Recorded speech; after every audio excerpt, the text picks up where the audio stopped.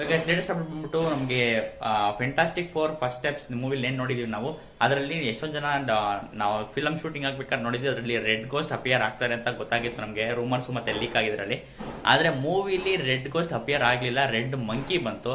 ಅದೇ ಇವಾಗೆಲ್ಲ ಫ್ಯಾನ್ಸ್ ಎಲ್ಲ ಕ್ವಶನ್ ಕೇಳ್ತಾ ಇರೋದು. ಆದ್ರೆ ಡೈರೆಕ್ಟರ್ ಹೇಳಿದ್ದಾರೆ ನಾವು ಫೈನಲ್ ಕಟ್ ಮೂವಿ ಕಟ್ ಮಾಡ್ಬೇಕಾದ್ರೆ ಅದರಲ್ಲಿ ರೆಡ್ ಗೋಸ್ಟ್ ನ ಅಪಿಯರ್ ಮಾಡಕ್ ಆಗಿಲ್ಲ ಅಂತ.